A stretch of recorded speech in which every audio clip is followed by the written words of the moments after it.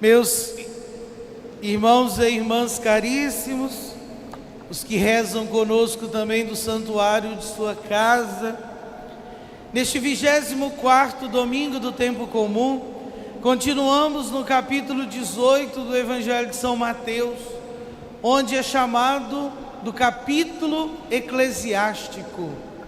Nosso Senhor Jesus Cristo mostra como deve viver a sua igreja. E aí nós ouvimos, tanto no domingo passado quanto neste, o tema do perdão. Hoje nosso Senhor Jesus Cristo nos propõe o perdão como fonte de cura, como fonte de libertação, como fonte de milagres.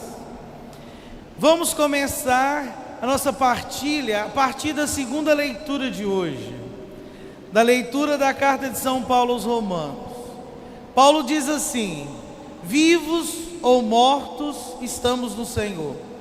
Se vivemos, é para Cristo que vivemos. Escute bem isso. Paulo convida a nossa vida a estar unida à de Cristo, de tal modo que a dependência da nossa vida esteja de acordo com o Senhor. Se nós estamos vivos, devemos viver para Ele. Devemos viver com Ele, devemos celebrar sempre a nossa vida nesta comunhão com Deus. E isto significa que nós devemos ter em nós os mesmos pensamentos, os mesmos sentimentos, o mesmo sentimento que há no coração de Jesus, também diante da falha, do pecado, do erro do outro. Preste atenção. O Senhor criou o ser humano à sua imagem e semelhança, e o criou santo, puro, para a vida eterna. Só que aquele casal pecou no paraíso, aceitando a proposta do diabo, daquela serpente, que os fizeram perder a amizade com Deus, por conta da sedução de ser igual a Deus. E assim, a humanidade que estava na amizade com Deus, perdeu essa amizade por conta do pecado. Mas Deus não desiste de nós. Deus não desiste de nós. Na plenitude dos tempos, Deus enviou o seu Filho. Para quê? Não para condenar, mas para salvar-nos. O Filho de Deus não veio para condenar, mas para salvar. E para salvar a humanidade que estava no pecado, o Cristo, Ele mesmo se ofereceu por nós. Ele mesmo se deu por nós. E nós celebramos com Cristo, no trono da cruz, a sua entrega de amor para a redenção do ser humano, de cada um de nós. Ele nos perdoou para que tivéssemos nele a vida. Por isso, se vivemos, nós devemos viver para o Cristo. Porque é por Ele e com Ele que a nossa vida encontra o sentido e a razão. Se Ele, Deus, nos perdoa, qual é a nossa atitude diante do outro? Igualmente, perdoar. Só que todos nós, meus amados, temos consciência de que precisamos do perdão de Deus, pois nós somos pecadores. Mas muitas vezes esquecemos que o perdão recebido de Deus deve ser igualmente distribuído entre nós. E aí Pedro hoje no Evangelho diz para Jesus: Senhor, quantas vezes devo perdoar se meu irmão pecar contra mim? Seria para nós já uma boa pergunta, para você que está aqui hoje: quantas vezes devemos perdoar o nosso irmão se ele pecar contra nós? Pedro toma uma iniciativa: Senhor, 7 vezes? E olha que Pedro está sendo muito caridoso, porque havia entre os judeus, e ainda há, uma lista de quais pecados poderiam ser perdoados e até quantas vezes poderia. No máximo 2 ou 3 vezes, alguns pecados. Outros nem perdão tinha. Pedro já propõe 7. Claro que o 7 no contexto bíblico significa plenitude.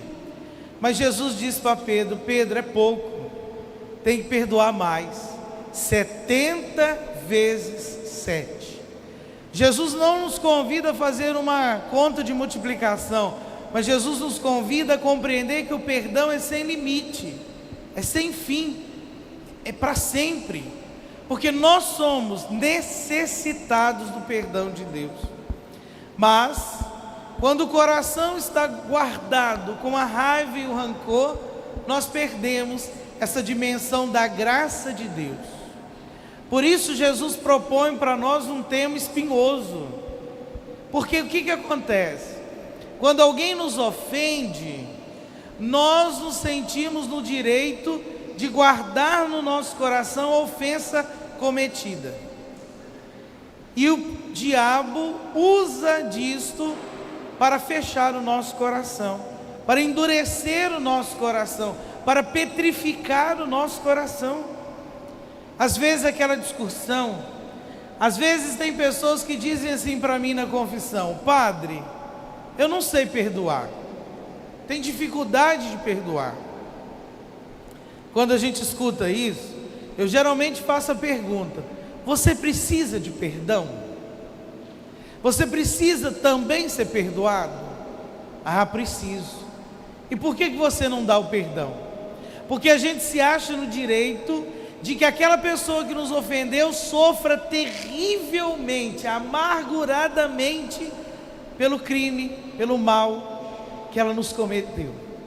E aí aquilo vai gerando no nosso coração a dureza do coração. E um coração duro, como diz a primeira leitura do livro do Eclesiástico, impede que a cura aconteça. Meus amados, preste atenção. O perdão cura o coração. O ódio, a raiva, o rancor endurece, petrifica o coração. E aí há situações que precisam ser perdoadas, mesmo diante da dureza do coração daqueles que nos ofendeu. Nós precisamos liberar o perdão. Eu sei que muitas vezes a situação que nos foi cometida é tão dura, tão grave, tão violenta, que às vezes cai lágrimas nos olhos, ainda arrepia saber a maldade que o outro nos fez. Mas é preciso abrir o coração para o perdão. Vou contar para vocês uma experiência pessoal. Eu não fui criado pelos meus pais biológicos, todos devem saber disso já. Fui criado pelos meus avós, que são os meus pais. Meu pai se embranhou depois do meu nascimento para outras terras. Foi para Rondônia. E lá teve mais 3 filhos. Teve 6 filhos do primeiro casamento, eu e mais 3 do terceiro. Veio para multiplicar. Eu nunca tinha tido contato com ele. Na minha criancice e juventude estava em Visconde, ele estava em Rondônia. Quando fui para o seminário, ele voltou para a cidade para terminar os seus dias últimos na cidade. Nós nunca tivemos uma palavra um com o outro, nem dele me pedindo perdão, nem da minha parte verbalizando o perdão. Um dia no seminário, o Padre Carlos, meu reitor, todos conhecem que foi pároco do Rosário, me anunciou que havia falecido. E aí deixou livre a decisão de ir a Visconde ou não para o velório. E eu quis ir. Saí de Juiz de Fora no ônibus, e aí o ônibus estragou no meio do caminho, chegamos tarde em Visconde do Rio Branco, mas mesmo assim eu quis ir aquela noite no velório. Diante de mim estava um corpo sem vida, frio, duro, endurecido já pela morte, mas eu fui lá para fazer a seguinte oração.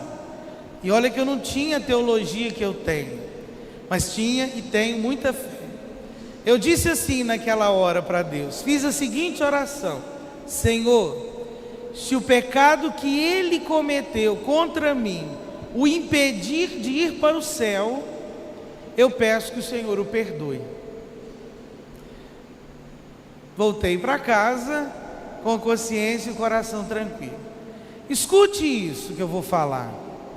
Lembra daquela pessoa que te feriu, Às vezes está bem aí viva na lembrança de vocês aquela mágoa, aquele ressentimento guardado aí, aquela dor que você sofreu pela traição do outro, pelas palavras duras que o outro dirigiu a você, por tantas situações que cada um sabe o que viveu.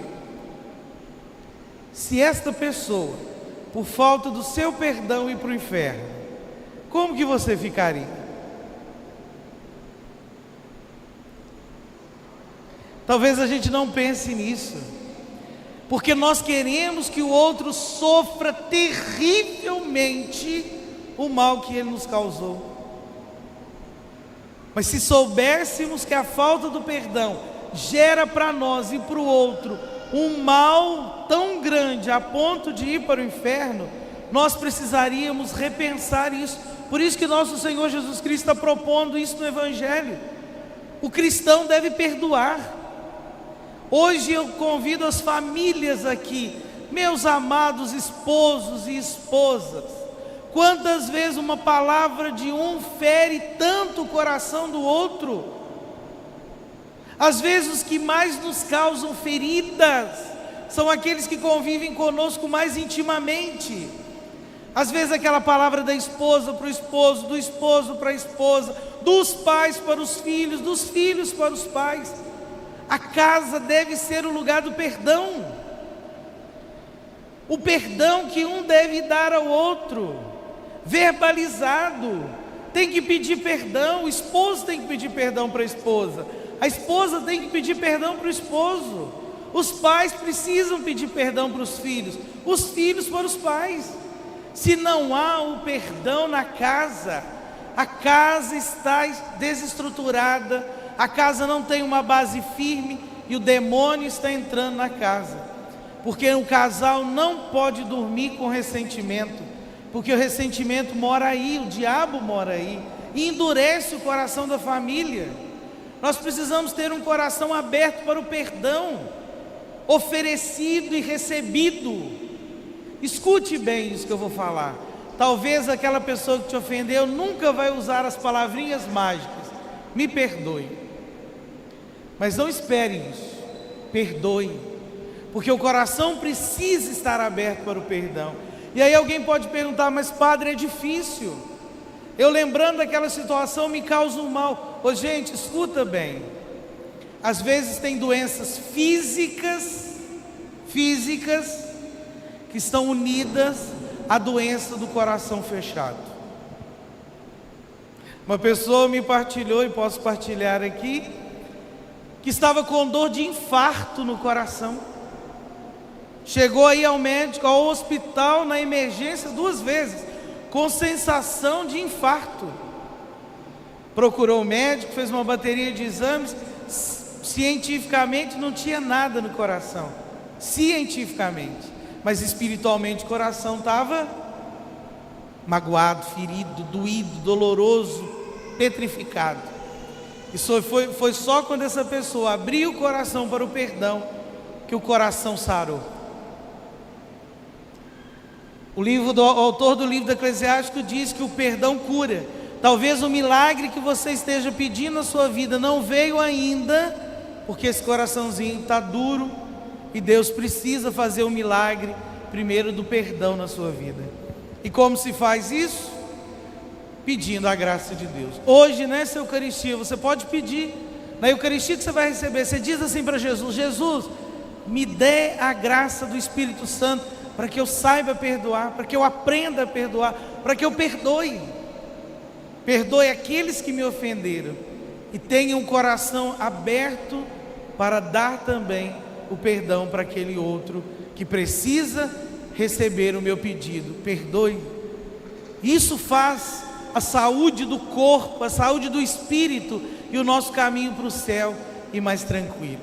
Não guarde ódio no seu coração, guarde amor, porque quem tem amor no coração vai multiplicar em boas obras, em paz e alegria.